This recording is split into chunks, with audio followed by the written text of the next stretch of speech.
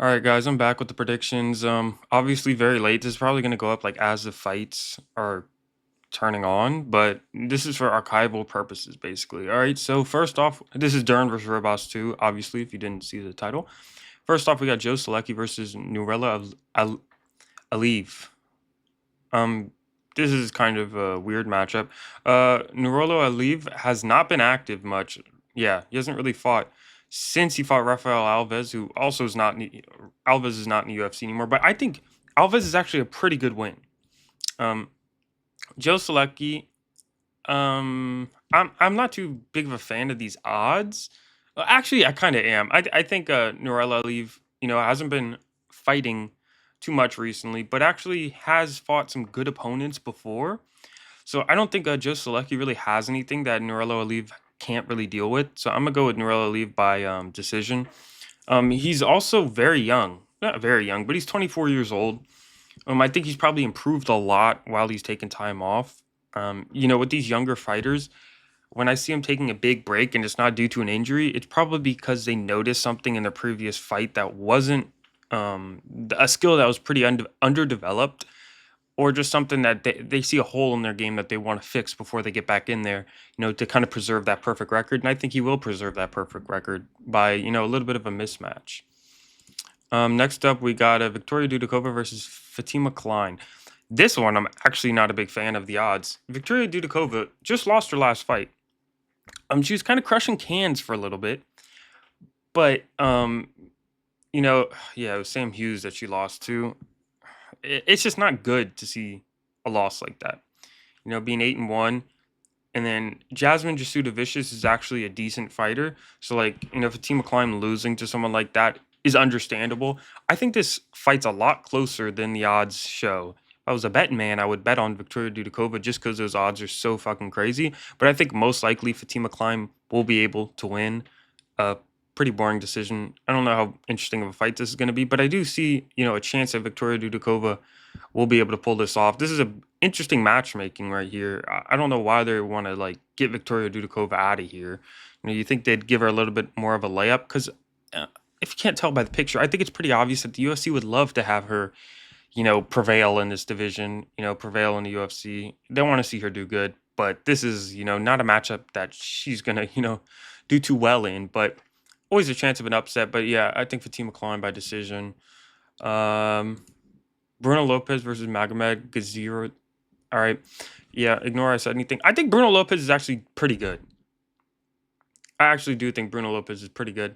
Magomed, okay, we see he's 9-0. He's just coming off the Contender Series. When we see these, Eagle FC events that these guys are winning a lot, I don't really put much credence into these Eagle FC fights at all. But when he fights in Brave and then he goes in the Contender Series, I almost just count Brave in the Contender Series when it comes down to guys like this. He's 9-0, very inexperienced. And Bruno Lopez is an actual good fighter. Who's his loss against? Brinson Ribeiro, who's pretty good on the Contender Series. He's 13-1, a little more experience. But again, these Magomed versus Bruno Lopez, it's like just off the namesake alone, they want Magomed to go out there and do what he's going to do against Bruno Lopez. I don't know if he will be able to get a finish. Yeah, I was just realizing that Brinson Ribeiro. Ugh. Magomed, this is painful. I don't want to go up this whole thing just saying decision, but when I see a decision fighter, it's going to be another decision. Again, I think that one, again, has a chance to be, I don't know if you'd say a fraud check, because, it's actually decent. If Bruno Lopez is not ass, and, they're both kind of coming up. But I think Magomed, being able to just lay on him and kind of avoid a loss is really what I think Magomed will be able to do. But we'll see how good he actually is in this fight. Next up, we got Ernesta versus Nicole Carrera. I'm going with Nicole.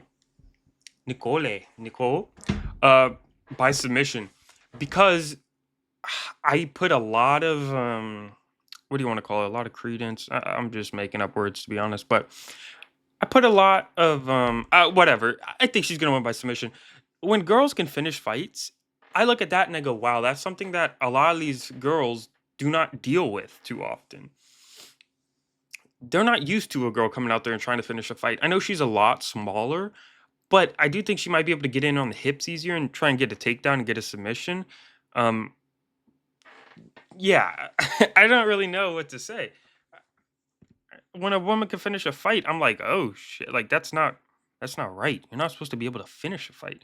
So I think Nicole being in there submitting, I don't know how many opponents she submitted, but I know she actually has like a pretty decent finish rate. And I think it's something different for a division. It's something they're not used to. No matter how good you are at training jujitsu, a lot of these fights, in this weight class, especially, it's just going to be no real submission threats. I mean, there might be a couple, but it's nothing that you will ever have to worry too much about unless you're just a complete novice on the ground. And I think Nicole's jujitsu is actually pretty good, and she will be able to get a submission this fight. Um, can we get to a fight that fucking matters soon? Oh yeah, perfect. Preston Parsons versus Jacoby Smith. I don't think Preston Parsons is bad. This is another one. I don't think Preston Parsons is bad.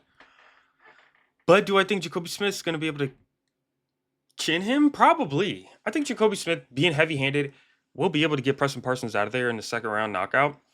Um, Again, I don't want to say Jacoby Smith's going to just run through this division because I'd be lying. But I think a Preston Parsons, right now in his career, Jacoby Smith will be able to deal with.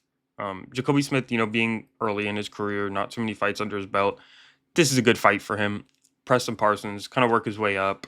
But yeah, this is just another test for him. But I don't think it's anything he won't be able to deal with. Preston Parsons will get chinned by Jacoby Smith in the second round. Thiago Moises versus Trey Ogden. Guys, Thiago Moises, while being a good fighter, God, he's fighting Trey Ogden. Damn. I didn't really think about this one too much, if you want me to be honest with you. Thiago Moises is like such a hit or miss. He's really such a hit or miss. He could come out there and actually look very good, or he can come out there and look completely terrible. Was Trey Ogden fought this past year? Look, Rajabov. Yeah, that Trey Ogden's. If Thiago Moises comes out there and looks good, obviously I think Thiago Moises will win. But if he just comes out there and looks all right, Trey Ogden will be able to deal with anything he has. Trey Ogden, similar records, but Trey Ogden's a little bit more experienced. I don't know what the word would be for that. But I really just depend. I think this depends on what Thiago Moises comes out there. If Thiago Moises comes out there looking good, he'll be able to win. But if Thiago Moises comes out there looking decent or terrible, Trey Ogden will be able to deal with him relatively easily. But if I was a betting man, I'd bet that Thiago Moises actually prepared for this fight pretty well. He kind of needs this win. I know he doesn't need it, but it would be nice for him to get a win. If he wants to do anything else in this division, he has to start stringing along a little bit of a win streak. And this right here would be a beautiful start to it against Trey Ogden. Trey Ogden's a good opponent, but I think Thiago Moises will fight up to the strength, up to the level of Trey Ogden, and win a decision, maybe an interesting decision by Thiago Moises against Trey Ogden. Maybe wear a little bit in the third round. Ihor Potieria versus Marco Tulio. Shout out to Ihor Potieria, but they're just trying to feed him to up and comers. When was his? No, he didn't have a knockout loss. Has he been chinned before? Okay, guys, we're gonna look at his one loss was by knockout. Yeah. Oh, it was a while ago. Who was it that I was thinking of? I must have been thinking about someone else. Yeah, Marco Tulio, he fought on the Contender Series, a year ago. I remember that. Yeah, I remember this one for some reason. Well, because it was against U3. Yeah, I got Marco Tulio. This is, when you get off the Contender Series, a lot of times they'll give you a layup that plays into your strengths. I think he will be able to get the knockout out against Ihor Potieria. Ihor Pateria, Cesar Almeida lost, Michael Pierre lost. Like this loss, it ages pretty well. Um, he lost to Carlos Olberg again, ages pretty well. The guys he's losing to are not bums. So like, while it might be a little bit of a layup for Marco Tulio, we see a lot of times when these guys get layups coming off of the Contender Series that they might not be able to finish the fight. It might be just a little bit too high level of a fighter they're fighting against. And while it looks like Iho Porteria will just get demolished in this fight, I wouldn't be surprised at all if this is a little bit too much for Marco Tulio at this point, and he's landing his shots, but he's not putting enough behind it. You know what I'm saying? Like he might not be able to get anything clean. But I do think Marco Tulio will be able to chin him, and I think that's probably most likely. But I would not be surprised if he does struggle a little bit in this fight and it winds up going to decision. Maybe he still wins, but it wasn't as good of a performance as people expect when you see a 12-1 record and all these knockouts. It's a big difference when you're coming up here and fighting an Ihor Peteria. Someone, even though he's pretty, he's not ranked, but he's not terrible. This is somebody who has experience in there with these good fighters. Win or lose, he's in there and he kind of, with every loss, he understands what's going on, why he lost. You know what I mean? He has that experience in this in the octagon that Marco Tulio does not have yet. So I wouldn't be surprised if he struggles a little bit, but I think most likely he will be able to get a knockout, probably round 2. Actually, round 1 knockout. If it doesn't get the knockout in round 1, I'd see him starting to struggle, and it might weigh on him a little bit too much. Jose Johnson versus Felipe Bunes. Excuse me. Gosh, whoa, yeah, this is at flyweight. Ugh. When did he join the UFC? Dakar Close? No, Dakar Close. Joshua Van. Wait, this is at flyweight. I thought he said lightweight at first. Sorry. Felipe Bunes is just someone who they threw in there to fight Joshua Van. Short notice. You need a fighter in the UFC. They need flyweights in the UFC. Jose Johnson has been in the UFC since 2 years ago. Did he fight? Wait, I don't remember. No way he fought in the Contender Series before that.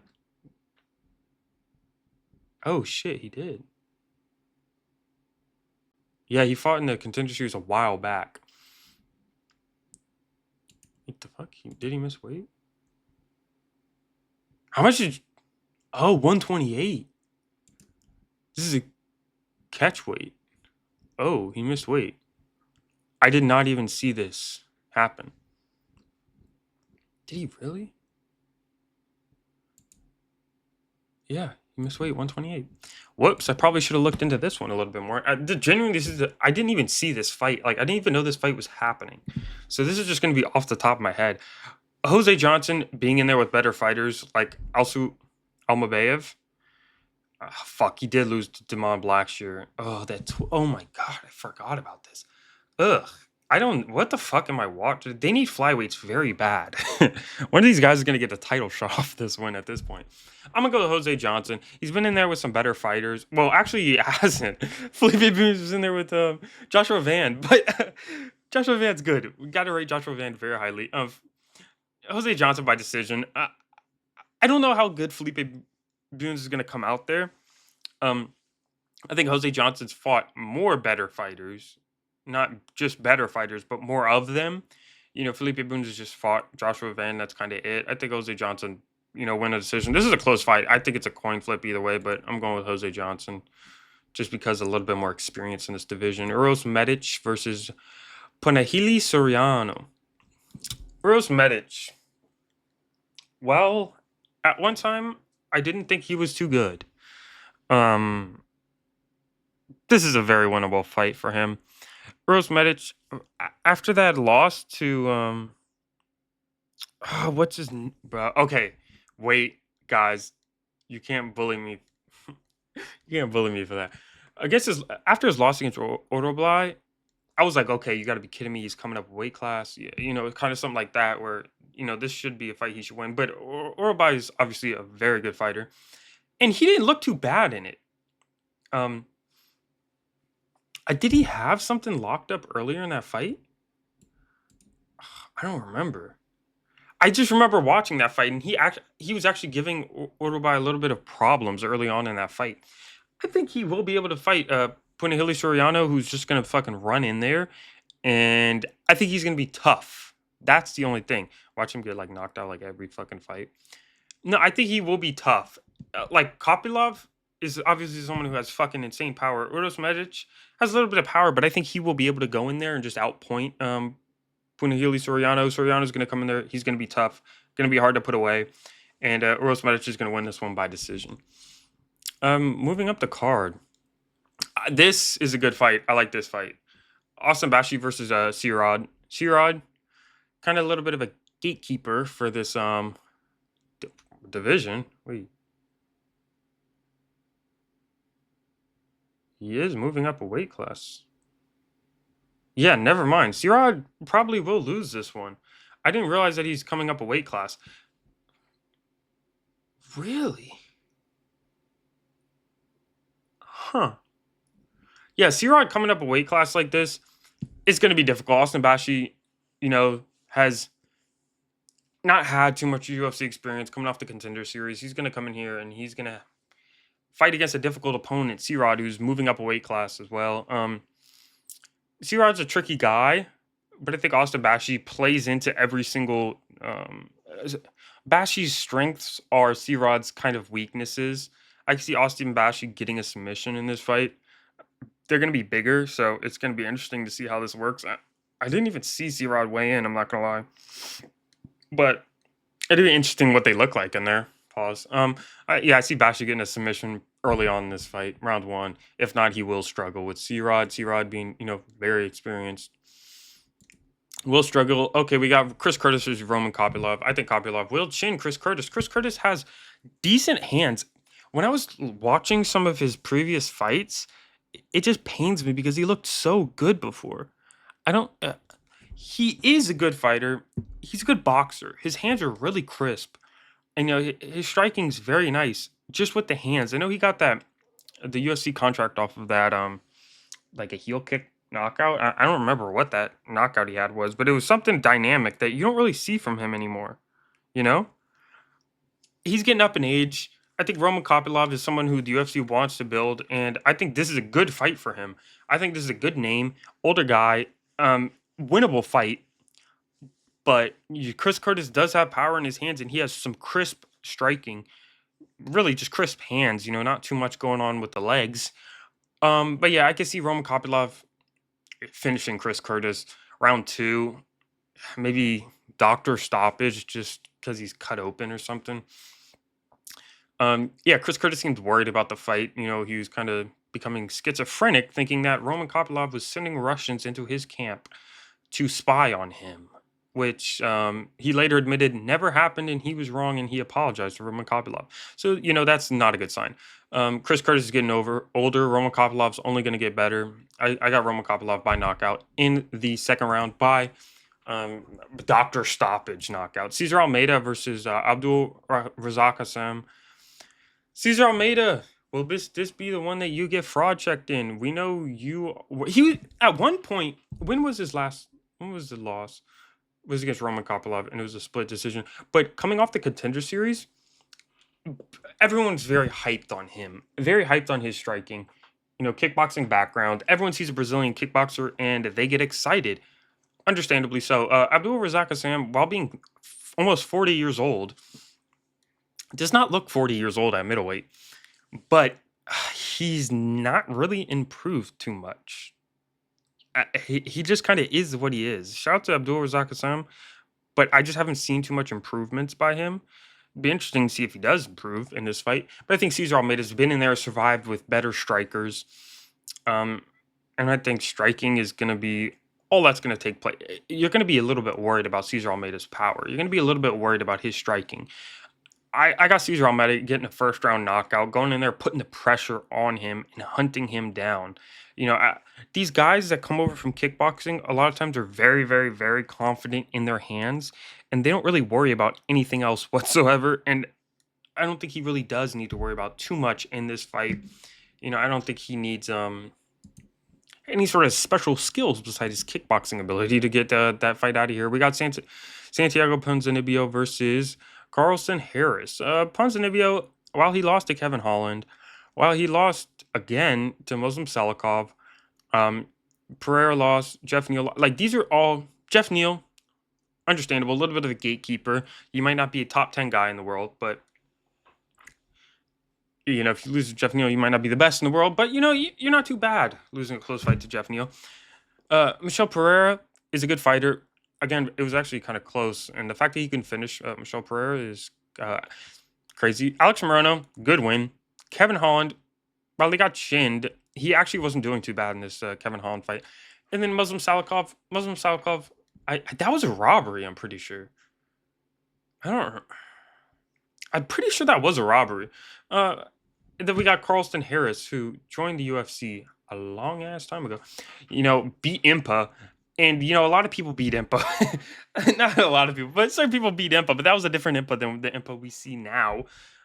I'm going to go with Santiago Ponzinibbio. I think Ponzinibbio won't get robbed anymore. And I think this is going to be a little bit of a layup for him.